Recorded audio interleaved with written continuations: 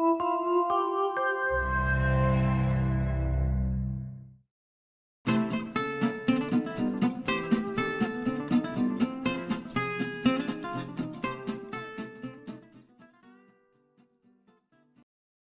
that it bothers me all that much, but we're actually not Juaneños. We're Acjachemen. Juaneños we were designated as Juaneños because we were in the general area of the Mission San Juan Capistrano. And this mission's actually named after Saint Juan of Capistran in Spain. So being here locally for San Juan, they named us Juaneños, children of Juan.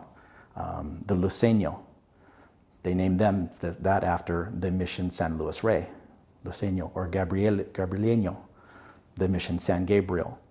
Indigenous, Mission San Diego. So they took their native name and they changed it to Juaneño. We're the Acjachemen people. But yeah, that we are alive and, you know, vibrant, still living in the area, still practicing our culture, and trying to survive like everybody else.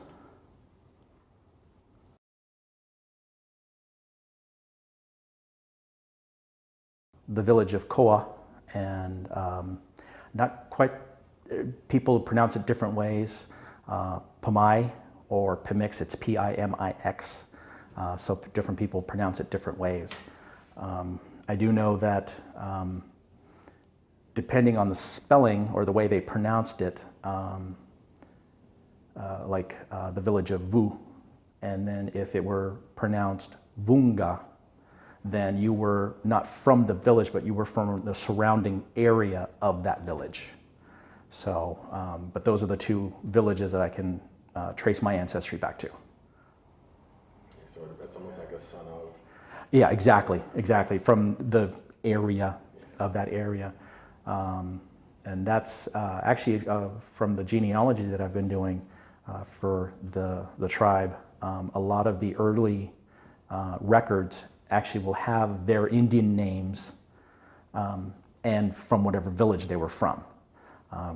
It's kind of hard to really figure out if they were from that village now or if they originated from that village or from a different village. So that's kind of the stuff. It's like, because you'll see different records from their birth certificates and or their baptismals and marriage certificates to their kids showing a different village. And then some will actually have the parents' names or Indian names and village. So it's actually been quite interesting. The baptismals, death records, marriage records, the Spaniards did a rather very good job of having, you know, it's like, well, I'm the daughter of so-and-so, or I'm the daughter of so-and-so, aunt of so-and-so. So they kept all of those records rather intricately. Unfortunately, a lot of the priests' writing were not all that legible.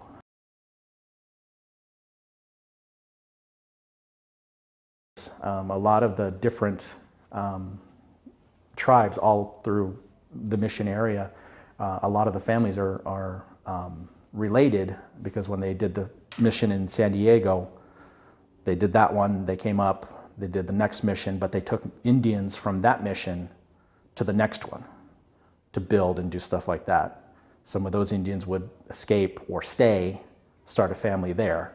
Then they'd pull some more to the next mission site, and it just went that way all the way up the coast. So, like I said, a lot of the Indian families are related through that particular time, because, like I said, they took you. You went. It wasn't a hey, we're going to do the next mission, would you like to go? No, you went. Here at our mission, next to the soldiers' barracks are some other barracks, and that's where they kept the laborers, the male Indians, to work, because they knew that the women and the children couldn't leave without the males. So they kept them there at night, so the women stayed. A lot of the ancestors are passing on. My uncle, David Ballardis, his wife, Cha-Cha, you know, people that really understood, knew this area, you know, in the 30s and 40s, 50s, you know, how we handled it. As a young child, I remember going to powwows, but we had to go, you know, way over to Riverside County, back up in, you know, the very, very rural areas, because it wasn't okay to be Indians. That's where we would have our gatherings and powwows and, you know, elections, you know, of who we wanted to be in charge, you know, stuff like that. It wasn't something we could just, you know, rent a hall here in town and do. It wasn't done. Like I said earlier, you know, when my parents and stuff, when they were in school, they weren't allowed to speak, and you got punished. So it was Spanish, and then Spanish or English, but definitely not Indian.